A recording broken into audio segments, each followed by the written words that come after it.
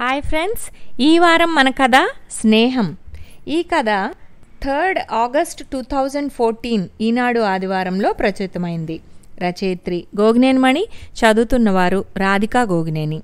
ఈ స్నేహం కథ గురించి రచయిత్రి ఏమంటున్నారో విందామా? కష్ట సుఖాల్లో వెన్నంటి ఉండే నిజమైన స్నేహితులున్నవారే అసలైన ఐశ్వర్యవంతులు. ఇలాంటి మధురమైన భావం నుండి పుట్టినదే ఈ కథ. విన్నారుగా, ఇక కథలోకి వెళ్దామా? స్నేహం. దోస్తీని మించింది లేదు లోకాన, అది రత్నాల కన్నా మిన్న తూకాన, మిత్రుడే కావాలి సుఖమును సోకాన అన్నారు. విన్నావా? మాధవరావు తమ్ముడు వైపు చూస్తూ అన్నాడు. రాఘవేంద్ర నిర్లిప్తంగా చూశాడు. కొటేషన్ బాగుంది, ఇప్పుడు ఎందుకు చెప్పావో కూడా అర్థమైంది. అయితే అన్నయ్య, మన అనుభవాల నుండి పాఠాలు నేర్చుకోవాల్సిన అవసరం ఉందంటావా లేదా? ఆ మధ్య నీ స్నేహితుడు రామ్మూర్తి అవసరానికి నీ దగ్గర లేకపోయినా ఎవరి దగ్గర నుంచో అప్పు తెచ్చి మరీ సాయం చేస్తే చివరికి ఏమైంది? అతడు తప్పించుకుని మొహం చాటేస్తే అది నువ్వు తీర్చావు. దగా చేసిన అతని పరిస్థితి బాగానే ఉంది. ఆర్థికంగా తగిలిన దెబ్బ నుంచి కోలుకోవడానికి నీకు మాత్రం ఏళ్లు పట్టింది. అప్పుడు అంత్యనిష్ఠూరం కంటే ఆది నిష్ఠూరం మేలనుకుని నువ్వు ముందే ఊరుకుంటే సరిపోయేదిగా. మాధవరావు చురుగ్గా చూశాడు.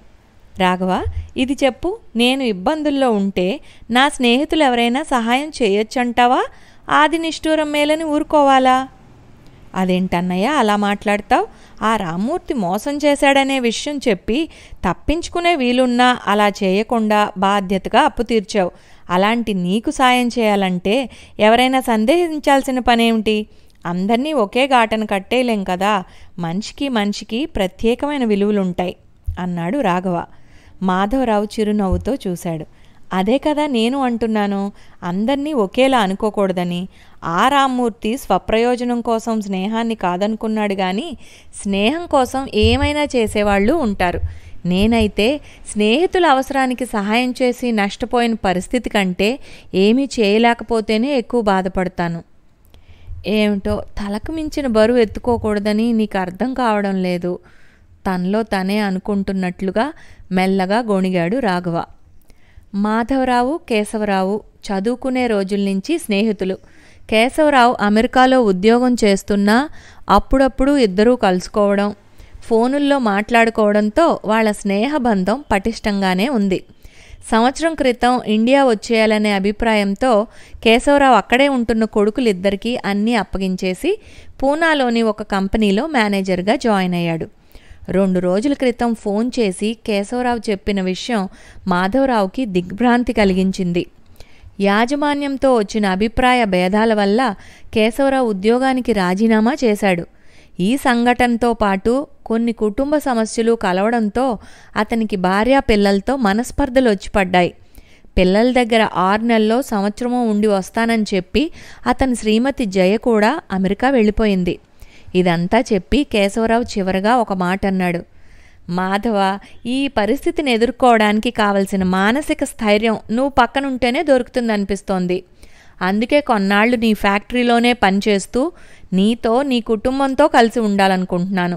ప్రశాంతంగా ఆనందంగా గడపడానికి నాకు తోచిన మార్గం ఇదే. మాధవరావు వెంటనే బయలుదేరి వచ్చేయమని కేశవరావుకి చెప్తే కొన్ని రోజుల్లోనే అన్నీ చక్కబెట్టుకుని వస్తానని అతను అన్నాడు. అయితే మాధవరావు పరిస్థితి కూడా భిన్నంగా ఏమీ బాగోలేదు. 6-7 సంవత్సరాల క్రితం ప్రారంభించిన ఫ్యాక్టరీ ఒడిదుడుకుల్లో పడింది. ఒడ్డును పడే మార్గం కనిపించక ఫ్యాక్టరీని అమ్మకానికి పెట్టారు. ఎన్నాళ్ళుగానో ప్రయత్నిస్తుంటే ఇప్పటికి మంచి బేరం కుదిరింది. రాతకోతలన్నీ వెంటనే జరిగిపోవాలని వాళ్ళు తొందర పెడుతున్నారు. కేశవరావు వద్దామని అనుకుంటున్నాడు కాబట్టి ఫ్యాక్టరీ అమ్మకాన్ని కొన్నాళ్లు వాయిదా వేయాలనే ఆలోచన మాధవరావుకి వచ్చింది. ఫ్యాక్టరీ ప్రారంభించినప్పటి నుంచి అన్ని వ్యవహారాలు చూస్తూ అన్నకు అండగా ఉంటున్న రాఘవేంద్రకు మాత్రం ఇది నచ్చలేదు. అప్పులన్నీ తీర్చేసి స్థిమితపడే అవకాశం ఎన్నాళ్లకు దొరికింది. ఇప్పటి బేరం వదులుకుంటే ఇంకోటి దొరుకుతుందనే నమ్మకం లేదు. సరికదా, ఇంకొన్నాళ్ళు ఫ్యాక్టరీ నడపడం అంటే కొరివితో తల గోక్కోవడమే అవుతుంది. అప్పులు ఇంకా పెరిగి చివరికి ఉంటున్న ఇల్లు కూడా చేజారిపోయే పరిస్థితి వస్తుంది. అందుకే కేశవరావు కోసం ఫ్యాక్టరీ అమ్మకాన్ని వాయిదా వేయాలనుకోవటం చాలా తెలివి తక్కువ ఆలోచన అని రాఘవేంద్ర ఉద్దేశం.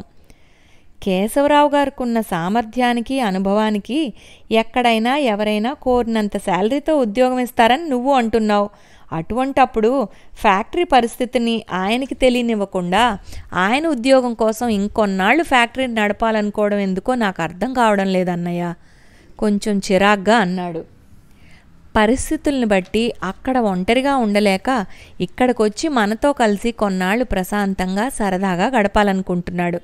అందుకోసం ఉద్యోగం అనేది కాలక్షేపంగా అవసరం. ఫ్యాక్టరీ మూసేస్తున్నామని చెప్తే ఇక్కడికి రావడానికే ఇష్టపడకపోవచ్చు.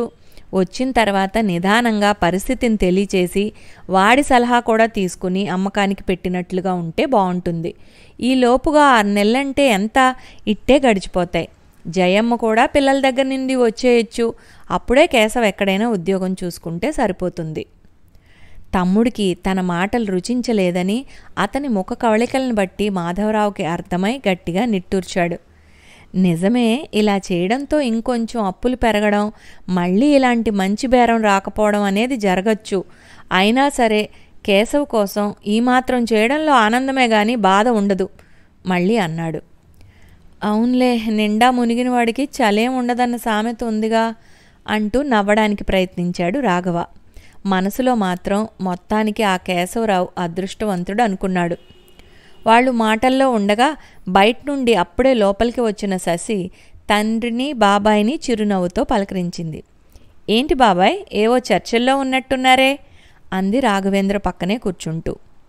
ఏముంది, కేశవరావు సంగతే నిట్టూరుస్తూ తమిద్దరి అభిప్రాయం వివరించాడు.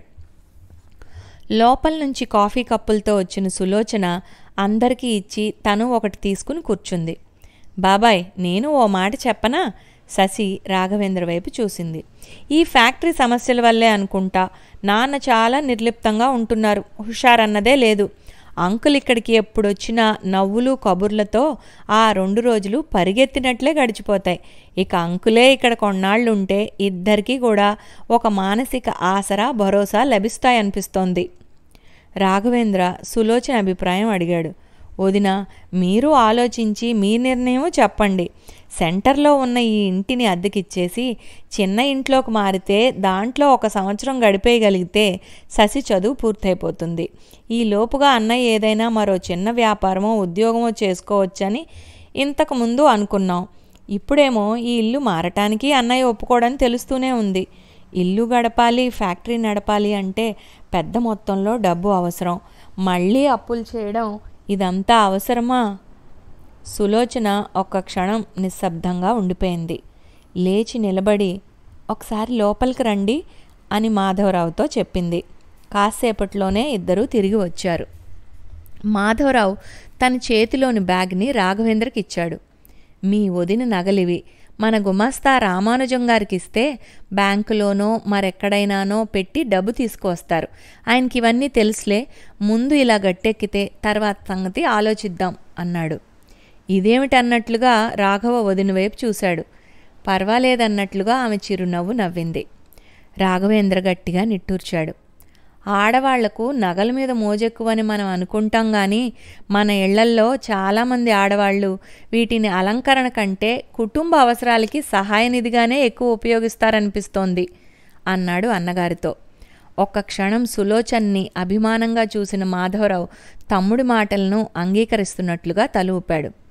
నాన్న, అంకుల్తో మాట్లాడతాను అంటూ శశి సెల్ ఫోన్ తీసుకుని పక్కకు వెళ్ళింది. 2 నిమిషాల్లో తిరిగొచ్చి ఎప్పుడొస్తున్నారని అంకుల్ని అడిగితే మీ నాన్న తన ఫ్యాక్టరీలో నాకు ఉద్యోగం ఇస్తానంటున్నాడా అని మళ్ళీ వెంటనే మీ నాన్న చెప్పేదేమిట్లే, నేనే ఏదో పని చేజిక్కించుకుంటాను అంటూ పెద్దగా నవ్వుతున్నారు. మీరు ఆ ఫ్యాక్టరీ గురించి ఆలోచించి ఆరోగ్యం పాడు చేసుకుంటున్నారు. అంకుల్కి ఏవో సమస్యలు చాలానే ఉన్నాయన్నారుగా. అయినా చూడండి, ఏమీ మారలేదు. సరదాగా మాట్లాడటం, పెద్దగా నవ్వడం, అదే హుషారు. సమస్యల చలిని కూడా సరదా కబుర్ల రగ్గు కప్పుకుని ఎంజాయ్ చేయడం మనము తెలుసుకోవాలి అంది సరదాగా అభినయం చేస్తూ. నిజమే, నేను తనకీ సమస్యలేమిటని వాడి గురించే ఎక్కువ మదన పడుతున్నా. వాడు మాత్రం చలించడు. ఎక్కడుంటే అక్కడంతా సందడే.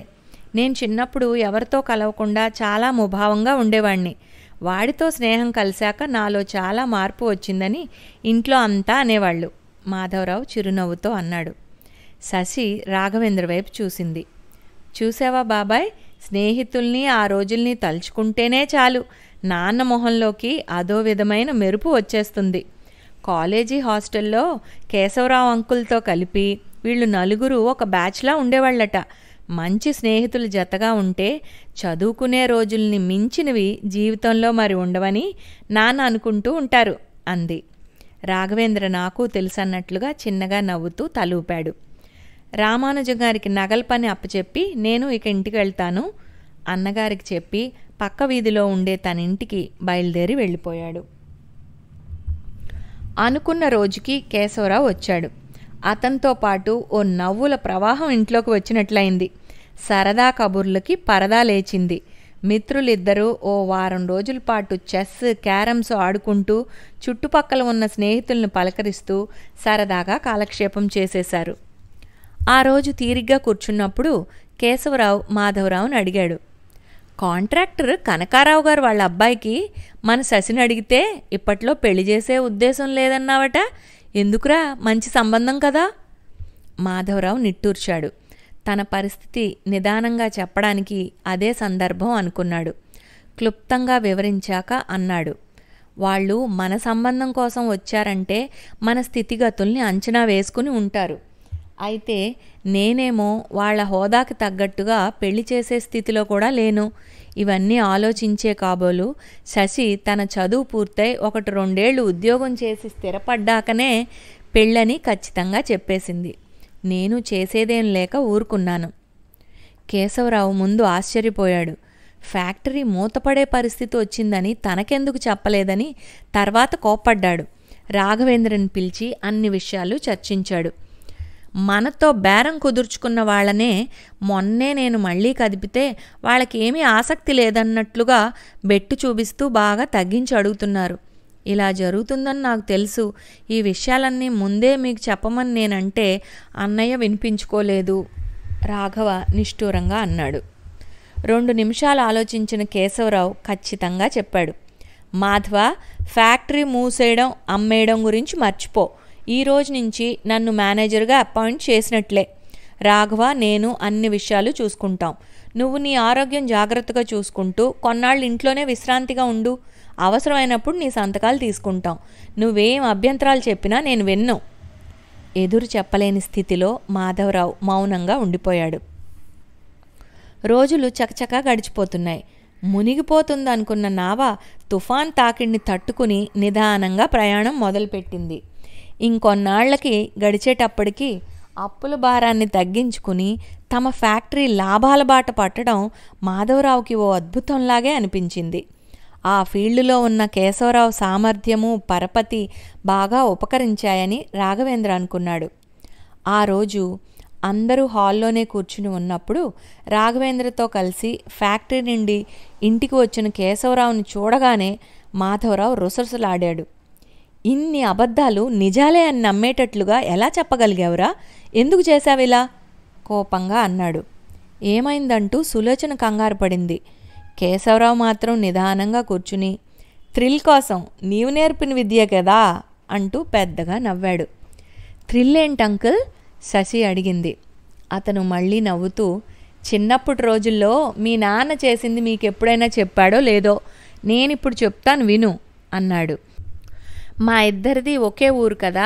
హై స్కూల్ చదువు అయ్యాక కాలేజీకి పొరుగురికి పంపించి చదివించేంత ఖర్చు భరించలేక కొంత, ఆ పైన అంత ఇష్టము లేక మరికొంత, మా నాన్న ఊళ్ళోనే మాకున్న కిరాణా కొట్లో తనకి సాయంగా నన్ను కూర్చోమన్నాడు. పై చదువులు చదవాలన్న పట్టుదల నాకు లేక నేను సరేనన్నాను. కానీ వీడు అంటే మీ నాన్న మాత్రం నేను చదివితేనే తను చదువుతానని ఇంట్లో హఠం చేసి నా 2 ఏళ్ల కాలేజీ చదువుకయ్యే ఖర్చంతా కూడా వాళ్ళ నాన్న పెట్టుకోవడానికి ఎలాగో ఒప్పించాడు. అయితే దానికి మా నాన్న ఒప్పుకోడేమోనని ఇంకో ఉపాయం కూడా ఆలోచించాడు. విదేశాల్లో స్థిరపడిన మా ఊరికి చెందిన ఒక ఆయన ఆ సంవత్సరం తెలుగులో అందరికన్నా ఎక్కువ మార్కులు వచ్చిన విద్యార్థికి ఇంటర్ చదువుకయ్యే మొత్తాన్ని రివార్డుగా ప్రకటించారని, అది నాకే వచ్చిందని మా హెడ్ మాస్టర్ గారు నాన్నకి చెప్పడంతో నా కాలేజీ చదువుకి నాన్న పచ్చజెండా ఊపేశాడు. అందరికంటే నాకు ఆ ఒక్క సబ్జెక్టులోనే ఎక్కువ మార్కులు వచ్చాయిలే. ముందు నేను నిజమేననుకుని కాల్ ఎగరేసుకుని గొప్పగా ఫీల్ అయిపోయాను. అయితే ఆ తర్వాత హెడ్ మాస్టర్ గారు మాటల సందర్భంలో నాన్నకి అసలు విషయం చెప్పేశారు. ఎందుకు చేసావిలా అని వీడిని నిలదీస్తే, మామూలుగా అయితే నువ్వు మీ నాన్న ఒప్పుకోరని హెడ్ మాస్టర్ గారిని రిక్వెస్ట్ చేసి ఇలా చెప్పమన్నాను. ఆ పైన థ్రిల్గా ఉంటుందని కూడా అంటూ కూల్గా చెప్పాడు. మా నాన్న కోపం తెచ్చుకోకుండా నేను తనతో పాటుగా చదువుకోవాలనే వాడి ఆసక్తికి ముచ్చట పడిపోయి తనే చదివిస్తానన్నాడు. నా చదువు పట్ల వీడు చూపించిన తపనకి గమనించి అప్పటి వరకు ఏదో ఆషామాషిగా చదివే నేను తర్వాత చదువు మీద శ్రద్ధ పెంచాను. కాబట్టి నేను ఈ స్థితికి రావడానికి పరోక్షంగా మాధవ ఒక కారణం. ఇదంతా సరే, అంకుల్ని మీరు ఏదో అంటున్నారేమిటి? శశి తండ్రిని అడిగింది. మాధవరావు కేశవరావు వైపు నిష్ఠూరంగా చూసి, వీడు మనకి చెప్పిన తన సమస్యలేవి నిజం కావు, అన్నీ కల్పనలే కోపంగా అన్నాడు. మరుక్షణమే ఒక అపురూపమైన భావంతో అతని కళ్ళల్లోకి వెలుగు వచ్చింది. అతని మాటల్లోకి గుండె చెమరించిన ఆర్ద్రత చేరింది. మన బండిని పట్టాల మీదకి ఎక్కించడానికి మాత్రమే వీడిక్కడికొచ్చాడు. జయని పిల్లల దగ్గరికి పంపించి ఉద్యోగం ఉన్నా పోయినా పర్వాలేదనుకుని సెలవు పెట్టేశాడు. వీడి పరిచయాలు పరపతి మనం గట్టెక్కడానికి కొంతవరకు ఉపయోగపడటం నిజమే. అయితే అసలు కారణం వేరే ఉంది.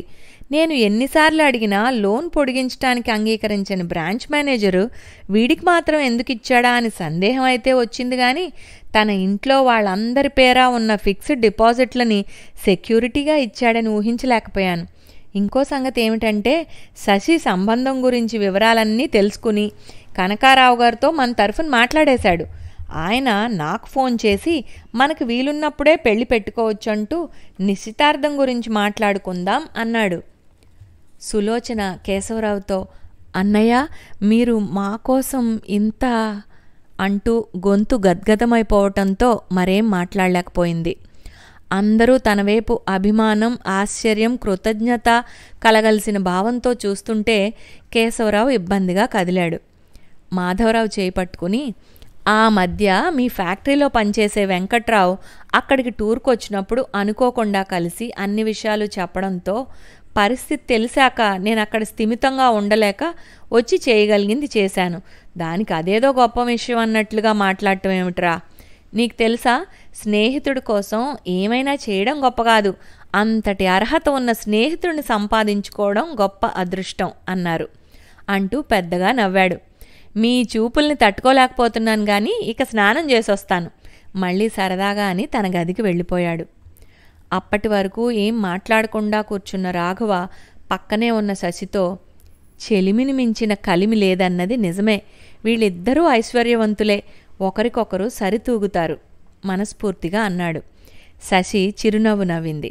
అవును బాబాయ్, అయితే స్నేహం అనేది బయట వ్యక్తుల్లోనే కాదు, కుటుంబ సభ్యుల మధ్య ఉంటుంది, అవునా? అన్నదమ్ముల పిల్లలైనా నువ్వు నాన్న ఆత్మీయంగా ఎంత స్నేహంగా ఉంటారు. ఏ బంధంలోనైనా స్నేహము కలిస్తేనే అది పటిష్టంగా ఉంటుంది కదూ. అందుకే ఎవరైనా తమ అనుబంధం గురించి గొప్పగా చెప్పాలనుకుంటే స్నేహం అనే పదమే ఆసరా అవుతుంది. పిల్లలు తమ తల్లిదండ్రుల గురించి మా అమ్మా నాన్నలు మాకు మంచి స్నేహితులని, భార్య మా వారే నా బెస్ట్ ఫ్రెండ్ అని, తోడబుట్టిన వాళ్ళు మేం మంచి స్నేహితుల్లా ఉంటామని చెప్తుంటారు కదా అంది. శశి మాటలు నిజమన్నట్లుగా ప్రశంసంగా చూసిన రాఘవ మాధవరావు దగ్గరికి వెళ్ళి మెల్లగా నసుగుతున్నట్లుగా అన్నాడు. అన్నయ్య, కేశవరావు గారు ఈ విషయాలన్నీ తను చెప్పే వరకు నీకు తెలియనివ్వద్దని నాతో అన్నారు. ఇప్పుడు నేను చెప్పానని ఆయనకి కోపం వస్తుందేమో. అదేం లేదు, వాడి కోపం అలుక అర నిమిషమే. స్నేహితుల మధ్య అలక జలాక్షరం, చెలిమి శిలాక్షరం అన్నారు తెలుసా అంటూ హాయిగా నవ్వాడు. తెలిసింది, పెద్దల మాటలు అక్షర సత్యాలని సరదాగా అన్నాడు రాఘవ, స్నానం చేసి వస్తున్న కేశవరావు గారి వైపు అభిమానంగా గౌరవంగా చూస్తూ. ఇంతటితో కథ సమాప్తం. వచ్చే వారం ఇంకో కథతో కలుద్దాం.